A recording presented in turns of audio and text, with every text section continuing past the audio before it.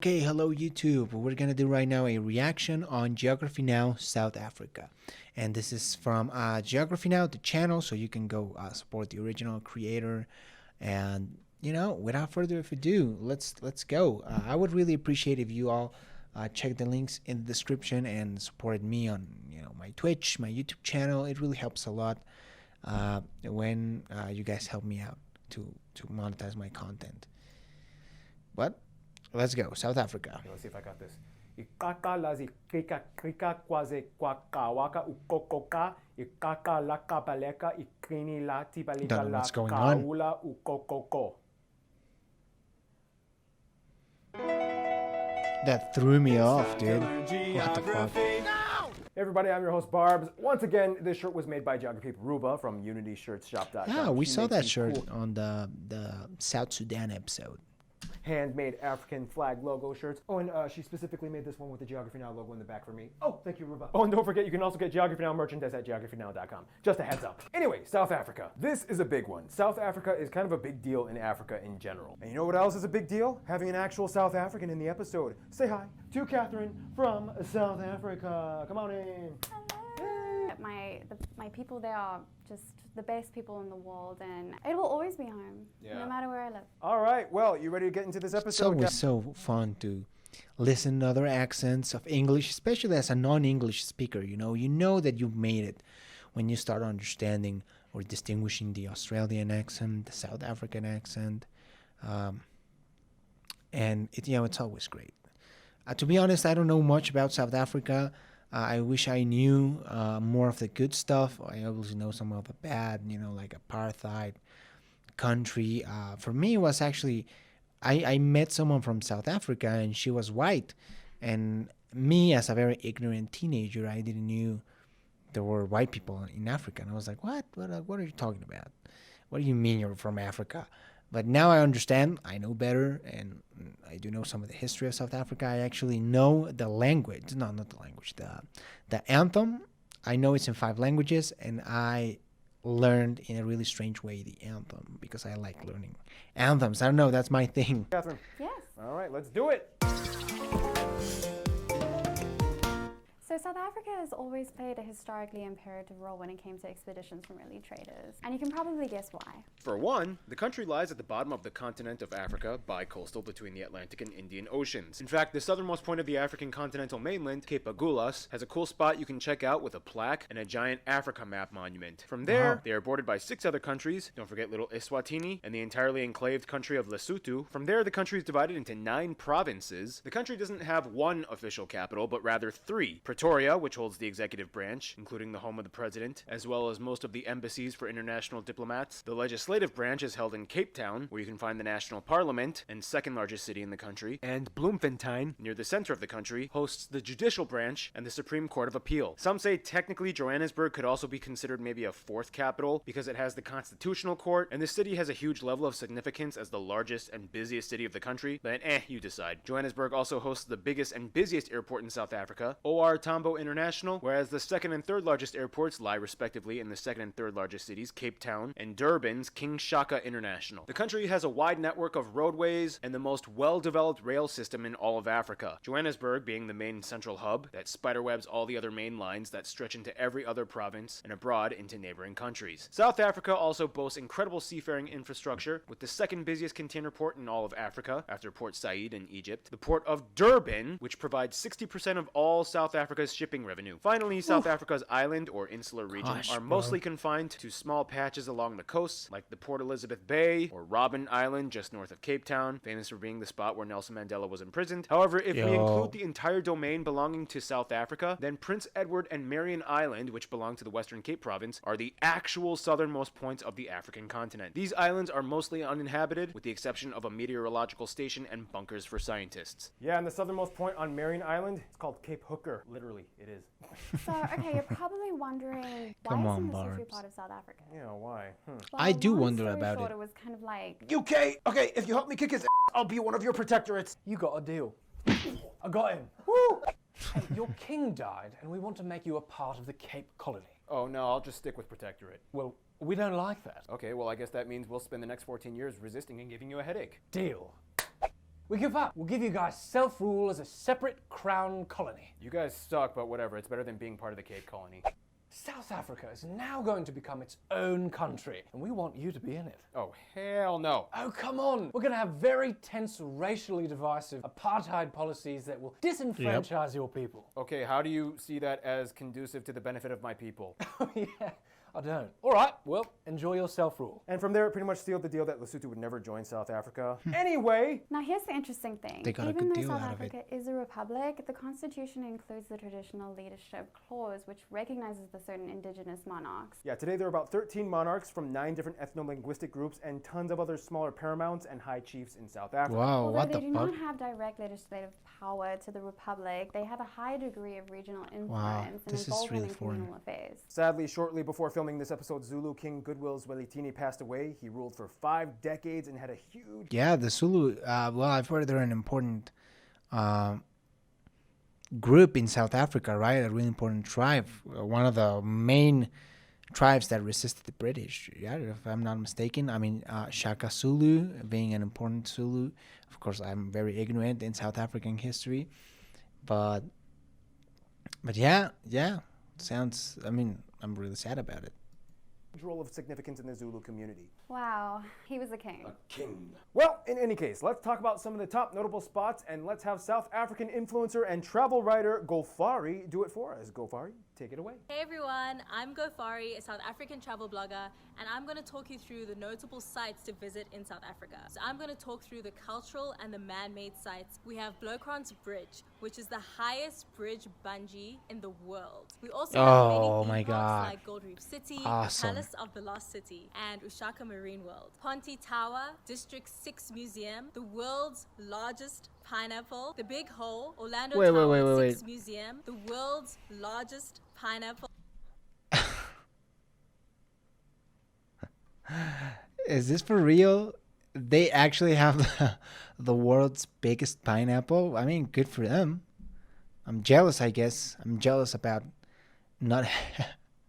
You know what? I'm going to shut up now. The Big Hole, Orlando Towers, Baobab Tree Bar. We have 10 UNESCO World Heritage Sites, such as Mapungubwe and also Robben Island, which is where Nelson Mandela was imprisoned. Thank you! Thanks, Gofari. You are awesome. Check out her Instagram and pages in the links in the description below. But yeah, South Africa's natural wonders, you won't even know where to begin with. Like, they have the largest cave system in Africa, the Congo Caves, Borgslags potholes, the tallest waterfalls in Africa, and it just goes on and on. Whoa. Hold your horses, Catherine. That's the nature stuff. You're going to...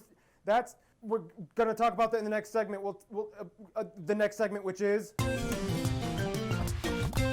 So, South Africa. One word, blessed. For one, the country is a low-risk malaria nation, and most areas Oh, in the that's good. wilderness don't even require medication. They even have their own unique biome called Fynbos, the smallest and the richest of the 6 floral kingdom in the world, only found in southern Africa with over 6,000 endemic plant species, including the Wow. national flower, which is the king protea. When I think of South Africa, that's what I see in my mind, always. Specifically, Fynbos. Specifically Fynbos, yes. It's also home to the rooibos plant where rooibos tea comes from, and that's my favorite tea. And Rooibos. yes, it's amazing. red. Overall, you literally can't find anywhere that looks like South Africa. For one, the country is unlike any other nation True. in that it's not only the southernmost portion of the East African Rift, but the entire country I mean, it genuinely looks as an astonishingly beautiful country. is kind of split between a semicircle mountain range known as the Great Escarpment. It feeds into the tallest range, the Drakensberg Mountains, in the east, where you can find the tallest peak, Mafadi, shared with Lesotho. These mountains are also the source of the longest river in the country, the Orange River, which ends in the Atlantic Ocean. South Africa doesn't have many large natural lakes, and the majority of inland bodies of water are man-made reservoirs, the largest one being the Harip Dam, located in the center of the country. The largest natural freshwater lake, though, is speculated to be Sibai, part of KwaZulu-Natal's Greater St. Lucia Wetland Park on the east coast, a UNESCO heritage site. If you zoom out a little bit, you'll notice the Great Escarpment has these sharp, narrow, parallel wrinkles at the bottom. These are called the Cape Mountains, which are essentially leftover sediments smashed by contrasting tectonic activity long ago, when South Africa was connected to Argentina and Antarctica in the Gondwana supercontinent. Above these wrinkles, you have the Great Karoo, Namakaland, Bushmanland, and Kalahari, which are dry, arid, rocky areas, sparsely populated and loaded with rich flora of succulent succulent plants, and minerals. If you move more Nice. east and north of the escarpment, you have the Eastern Midlands, KwaZulu-Natal coast, sweeping up to the Lowveld and the Limpopo Lowveld in the north. These are the most lush and green areas of South Africa and hold much of the arable land as well as nature and forest preserves. You know, one of the things that really surprises me the most about South Africa is that I, as a Mexican, I need a visa to enter South Africa. I'm not entirely sure why. I mean, there's not a lot of Mexicans going to South Africa anyways because it's expensive, taking a flight. So I don't know why. I would love to visit, but I have to get a visa, and you know that's always a complicated process. So yeah, I'm actually not so thrilled about that. When you move inland, though, you get the Highvelds, the Bushveld, and Griqualand West, which are the arid savannas of South Africa. This is probably one of the most unique areas of South Africa because it is the site where two things happened. One, an enormous meteor hit this spot, creating the largest verified impact crater on Earth, known as the Fredfort Crater, extending over 300 kilometers wide. You can even see the dome from space at the town of Fredfort. And two, said meteor was supposedly the source of many minerals like gold and platinum that fed the land, which later the inhabitants would subsequently discover and go crazy after in a mad gold rush and mining rush. Now, although South Africa is the second largest economy in Africa after Nigeria, it is ranked the most industrialized, technologically advanced, and economically For sure. diversified. And although the country does have a wide income gap between the wealthy and poor, the middle class has been growing every year since the 90s. Today, South Africa is one of the world's top platinum and chromium producer. They consistently rank in the top 10 producers of gold and diamonds as well. And finally, the gold rush in Witwatersrand. 1886 pretty much established the country as a mineral powerhouse. Otherwise, only about 5% of the population is formally employed in farming. This means they've shifted much of their economic activity towards other sectors like manufacturing, business, and finance. Today, JSE Limited is the largest stock exchange in Africa, ranking 17th in the world with over trillions of dollars of investment revenue. South Africa also boasts some of the best medical facilities in Africa and has the third largest hospital in the world. Sadly, though, South Africa does have the highest population of people infected with HIV at over 7.5 million and fourth in the world per population ratio. There's even a character on their version of Sesame Street who has HIV to help kids born with AIDS to cope. And finally, the country has a huge tourism industry, mostly in the nature areas. That's sad. Speaking of nature, it's time for Gary Harlow to explain. Gary Harlow's Animal Adventure. That's the best I got. South Africa is home to over 20 national parks and dozens of nature reserves, the most famous and visited ones being I don't the like Table this Mountain segment. National Park and the largest one. I don't have nothing Kruger against National this Park guy, in but I Northern really don't South like this Africa is segment. I ranked think the this is sixth out of the 17 classified major. Hey, look, that's us. That's Mexico, guys. Hooray. We've done it. Yeah, we are mega diverse. It's how many American nations are really diverse? It's amazing. The US, Mexico, Colombia, Venezuela, Ecuador, Peru, Brazil. You got South Africa, Madagascar, the Congo, India, China, the Philippines, Indonesia, Papua New Guinea, and Australia. Wow.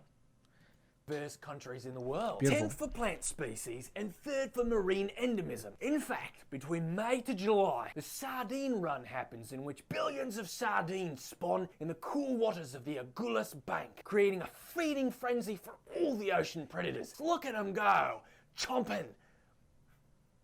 Jaws. And there's over 850 bird species, including the national bird, the blue crane. But more interesting, South Africa and Namibia are the only two countries in Africa that host penguins. The endangered African or Cape penguin is unique. Yeah, in this is that one of those pink facts glands that you above its learn. eyes to help regulate body temperature. South Africa And has South Africa penguins. is generally much warmer than the typical habitat for penguins like, Antarctica. There's nearly 300 mammal species inhabiting the wilderness, including the national animal springbok. There's even an entire national park dedicated to elephants. There's an entire, well, it's not football, it's rugby, right? That's the Springboks. South. And finally, South Africa is not only home to many animals, but also extinct animal fossils. The Karoo region has more dinosaur fossil sites than any other place in the country, and numerous dinos have been excavated. And speaking of dinos, I got a philosopher. Wrap this up.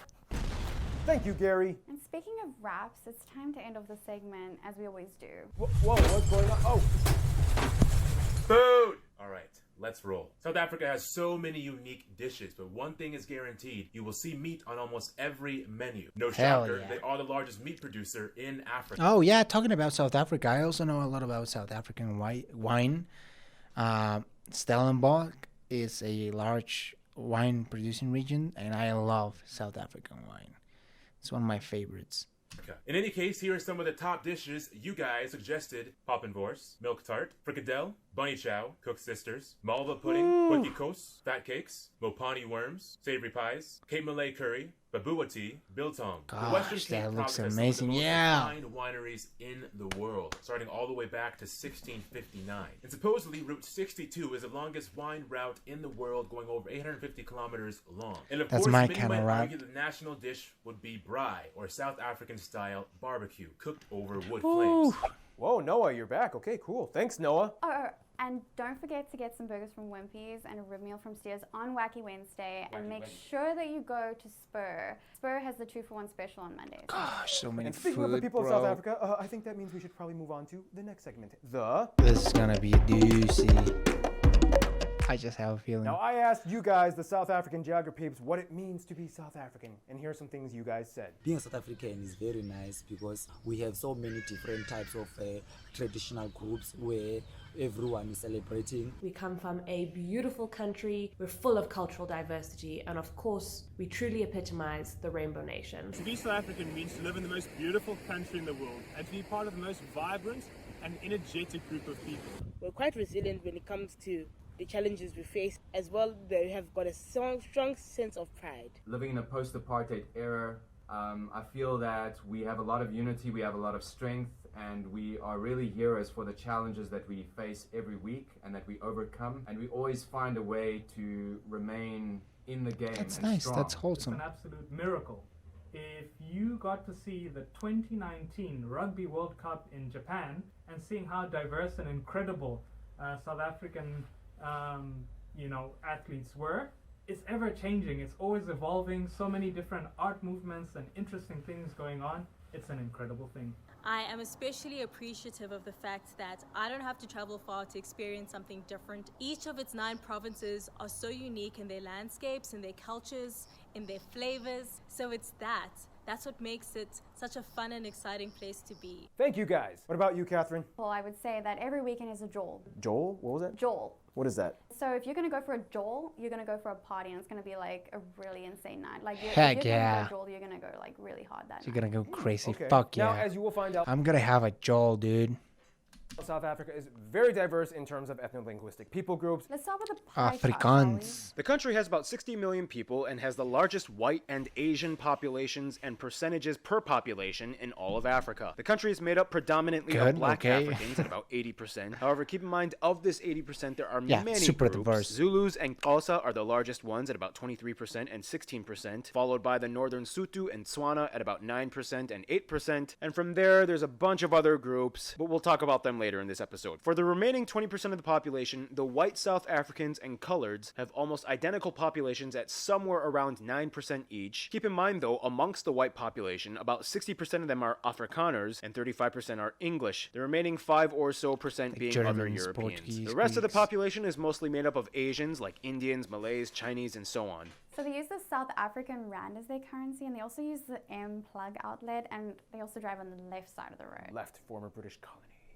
And also, somewhere around 80% of the country is Christian, mostly adhering to Protestantism. So first off, let's clarify some confusing distinctions. So you heard that word, coloreds. Okay, we Americans might Yeah, have some fuck, horrible bro, I was pre-civil like, what? rights flashbacks when we hear that word, but we assure you, it's totally safe to use here in South Africa, right? Yeah. It is totally safe, and I actually did use that word a few times in America, and I didn't know what I was doing until one of my friends that was American, he actually pulled me aside and was like, No.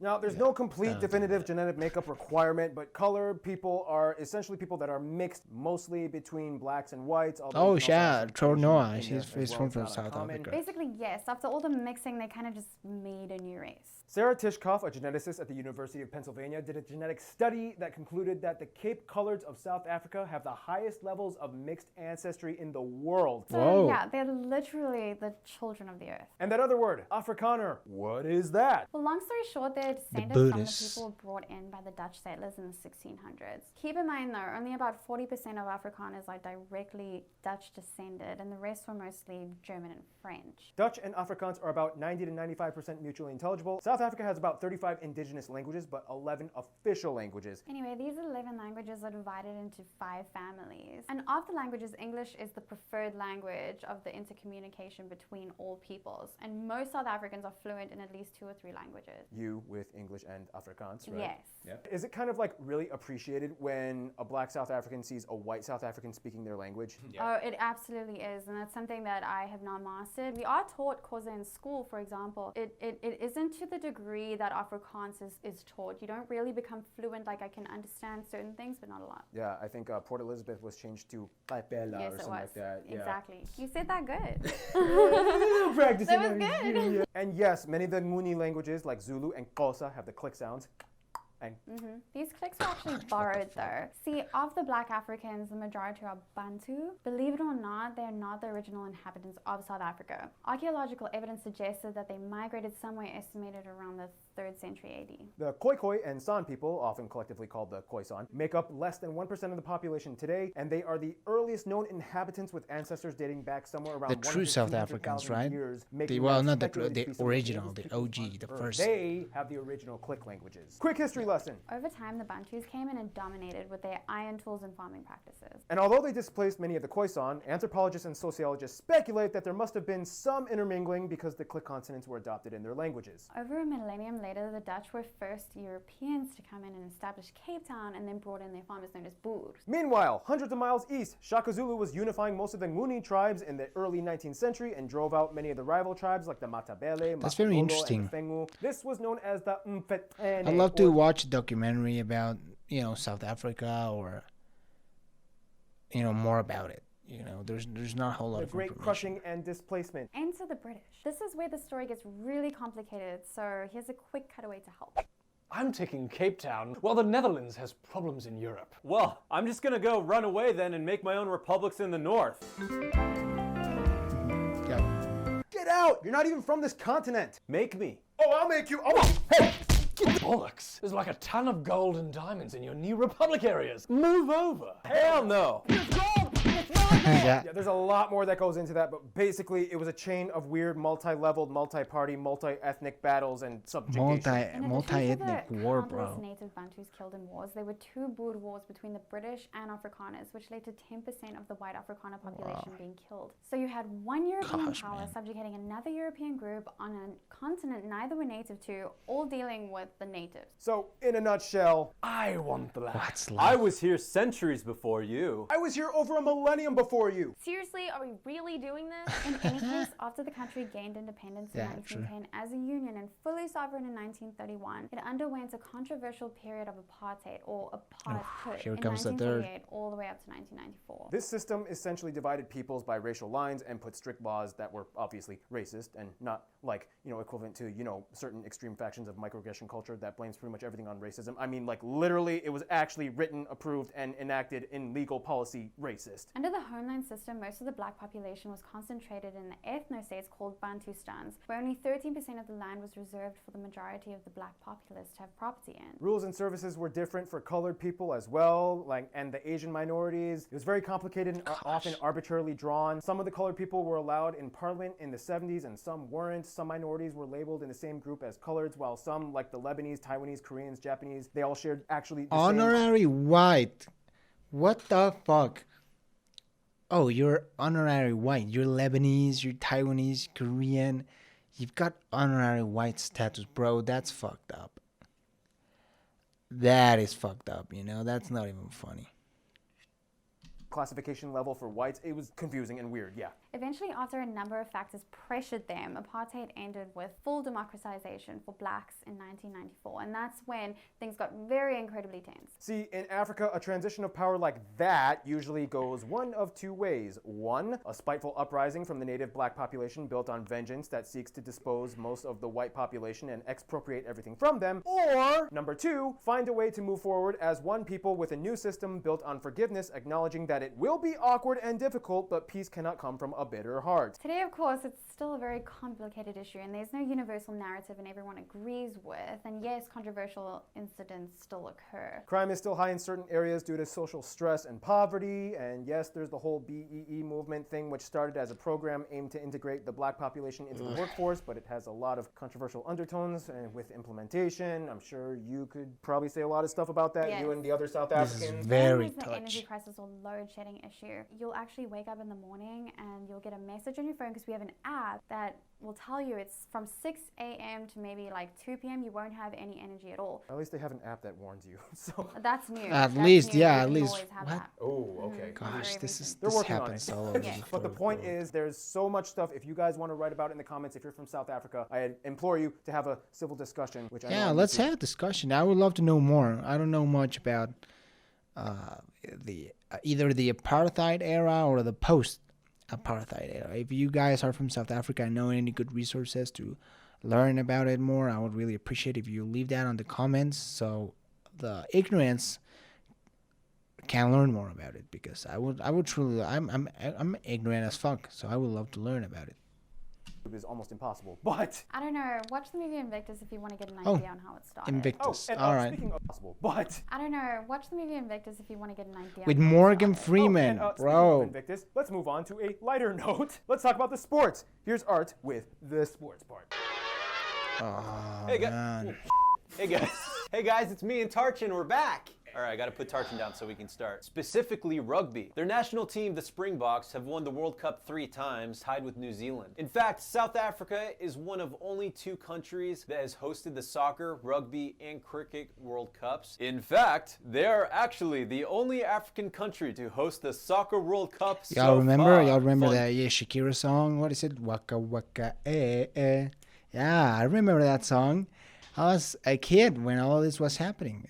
In fact, South Africans are actually one of the only countries that, like us Americans, also call football soccer. Cheers to you guys. BS. Soccer! Makes no sense, but we're together in our wrongness. Otherwise, cricket is probably Fuck the you, 3rd asshole. most popular sport, and their national team, the Proteas, usually ranks in the world's top 10 best teams. Otherwise, at the Olympics, they've done pretty well in the swimming and athletics department, racking up 26 gold medals so far. Gold is better than silver. They've also been tennis powerhouses as well. Johan Kriek won 2 Australian Grand Slam titles in the 80s. That's a big deal. In certain areas, you might find a touch of Dutch with things like korfball. Also originating in South Africa is ringball, which is basically another variation of korfball.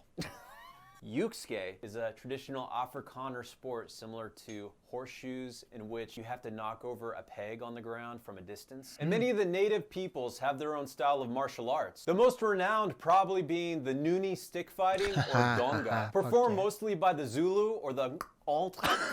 I can't do it. That was horrible. What's that, people? Cosa, people. I nailed it?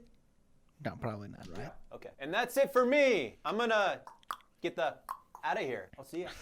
Thank you, Art. And South Africa is also really well known for its surfing. And if you ever just want to watch a competition and have a great joel, you can go Joel. to JBet. Yes, exactly. There's that That's word what again. it would happen. So, as we mentioned, South Africa has a huge diversity of ethno-linguistic people groups. We already made a video explaining about some of them, but let's just quickly cover the main ones. First, you have the Nguni group. This group includes the cousins Zulus, Xhosas, and the Ndebele peoples. Zulus are probably the most well-known worldwide. You may have seen images of their traditional animal skin warrior shields.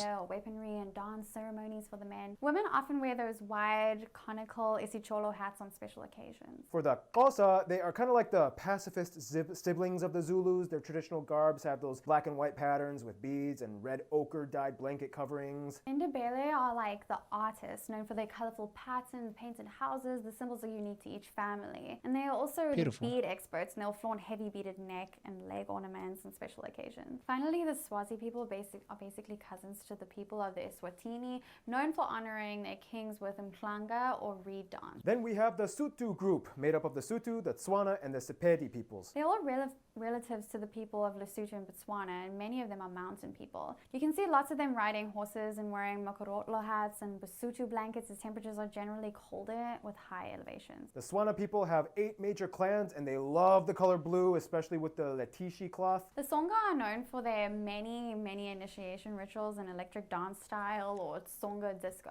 The Venda people are some of the most isolated groups in the north. Oh, god damn it. Famous for their natural medicines and the Masangwe, or bare knuckle fist fight sport, which people Yeah, hell like yeah. monitor Mama and ain't solve going hard on disputes. that Now guy. for non-Africans, we already explained about the white South Africans. The Afrikaners and the English are unique in the way that they kind of developed their own breakaway Africanized culture from the European ancestors. What are you, by the way? I'm English. Oh, okay. I am an English through and through. The colored community has always kind of had a unique status as the somewhat marginalized but not as marginalized group. They've always kind of had to figure out who they were since they technically didn't fully belong anywhere. Then you have the Asian community, the largest groups being of the Cape Malays and the Indians, brought over during colonial times for their indentured servitude. The Bloukrans neighborhood of Cape Town is essentially the Malay Quarter, and today their culture is a fascinating mixture that blends elements of Dutch and Asian. In fact, most of them actually speak Afrikaans as their first language, and the Malay language is almost all but gone. The Indian community was brought in by the British, and Durban has one of the highest population of Indians outside of India. Most were brought over from West and South India, including Gandhi, who spent 21 years living in the area. Wow. Yeah, that was a lot, and that wasn't even scratching the Look at surface. that. There's so many other people groups we didn't even talk about. But in any case, here's Hannah to explain a little bit more about the few things that South Africa's people have collectively as one entity, eternity. You get the point. Hannah's culture segment. Random Hannah. Woo! South Africa! Guys, get a Random Hannah shirt at geographynow.com. So, alright, There's so obviously many there is no people such thing now. as a single type of South African, but in the end, they are still one country that moves forward to the best of their ability. For one, many of the native ethnic groups, whether Zulu or Venda, follow the lobola system, in which the groom must pay a dowry in cattle to the bride's family. I love the countries where they pay people with cows. Remember Rwanda? Yes, I freaked out. I was like, what? There is literally a Lobolo app available now to A help calculator? relieve stress of figuring how many cattle you owe. Township Wow. art became very popular in the 60s and 70s. It was sort of a social commentary movement that depicted the impoverished black communities of South Africa to move towards the end of apartheid. In addition, you will notice there are so many different architecture styles in South Africa. You have everything from the massive thatched fortified dome huts of Zulu to the Cape Dutch style homes inspired from the Dutch with flat crow-stepped gable roofs. South Africans have also been front runners in many inventions, discoveries, and innovations. For example, the automatic pool cleaner, the CAT scan, putty adhesive, the smart lock safety syringe, the world's first heart transplant happened here, the yellow fever vaccine, and they have the biggest optical telescope in the southern hemisphere. Thank you, and South so Africa. on. What else? Fun fact, being South African means knowing the difference between now, and just now. Ah yes, thank you Jay. South Africa has also been the location shot of many feature films and TV shows. Everything from the debuting film The Gods Must Be Crazy, Academy Award winner Tsotsi, which I actually watched last night. Amazing movies. Academy Award nominated District 9 and Chappie. And of course, Mandela Long Walk to Freedom. What's your takeaway from South African cinema? There's some amazing comedy, which I feel like people don't talk about that much. I've been watching a lot of Leon Schuster movies. Yeah. And finally, the one thing that unifies all South Africans is Heritage Day, in which people are encouraged to wear their traditional costumes and express their background. And everyone joins in a that's ride great. together, no matter who you are. Usually, the festivals include an abundance of music. So to expound more on that, here's Keith. Blah, blah, blah. Wait, Keith isn't here. How's he gonna be in this video? Hannah, I'm in Florida, and guess what? You can't cancel me! Anyways, South Africa, they have so much going on. Even their national anthem is sung in 5 different languages. Yeah, Basically, I from the told you, yeah, the anthem is fucking awesome. I would say the South African anthem is the best anthem out there. beginning, traditional vocals were used, along with the marimba, the uhadi, the kora, and other assorted hand drums and harps. The first style of music to really take over the world, probably Marabi. Now, Marabi started out in the slums of Johannesburg, and Marabi is a style of music that is basically underground swing jazz. From there, world-renowned artists such as Soweto Gospel Choir and Lady Smith Black Mombazo have put South Africa on the map. Every South African will definitely know Johnny Clegg, the white Zulu who wrote songs in Zulu to criticize apartheid. Today, South Africa Gosh, look at the room of this guy, dude. Clean up a little bit if you're gonna record the Geography Now video. There's the jerk of toilet paper. There's a lot of trash. God damn it, dude. Known predominantly for its popularity in house music, and more specifically for the subgenres of Guam and I'm a piano. You guys told us to definitely mention those styles of music. Some other South African artists that you may be familiar with are Die Antwoord for their crazy hip-hop, South African-y fusion style of music. You guys might know Synth Peter, who I think has one of the greatest songs ever written. It's called Doof Doof. You should all go jam to Doof Doof. Yeah, that's it for me. Hope you guys had a good one. And back to you, Paul. Thank you, Keith. All right, so this is the part where we talk about some of the famous people of South Africa, and here's South African geography Kolo to explain. South Africa is as talented as it is diverse. A few notable South Africans that you geography peeps might be familiar with include Charlize Theron, John Carney, Trevor Noah, Sholto Copley, Gugu Mbatha Raw, Demi Lee Peters, Zozibenzi Tunzi, and last but not least, business magnate Elon Musk. There are a number of South Africans who've excelled in different fields across the And a magnificent Twitter hit. These are but just a few South Africans that you geography peeps might be familiar with. Thank you, Kolo. All right, and with that, we got to move on to the next segment. This video is getting kind of long. Catherine, you ready? Yeah. All right, let's talk about the Friends of South Africa. Alright, so South Africa and their clique, who's in and who's close?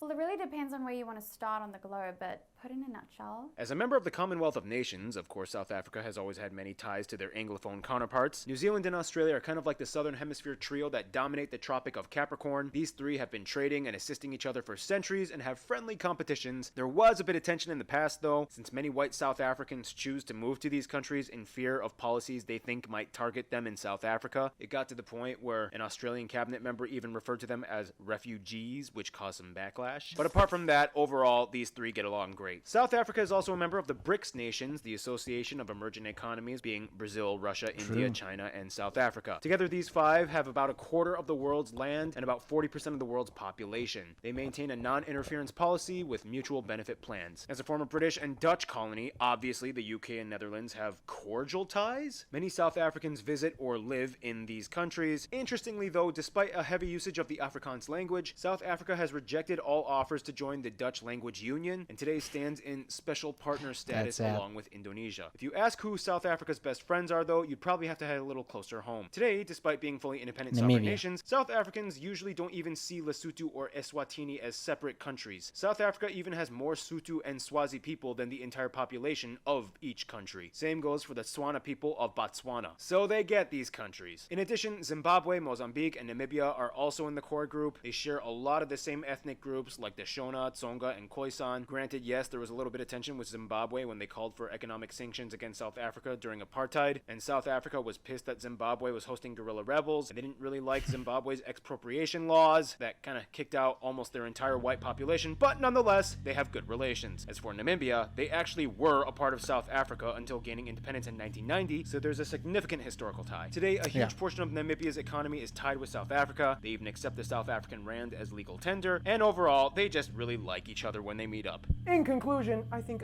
you should take it away, Catherine. I'm out.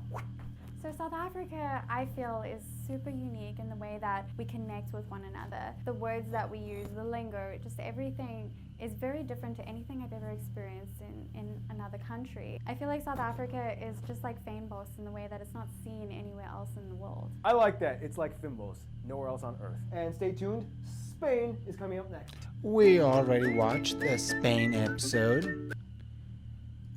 Alright, well, that was good. That was actually really good. I really enjoyed the South Africa episode because, again, I don't know much about South Africa, and I know I wish I did. But, you know, this was very, very nice when it comes to educating myself.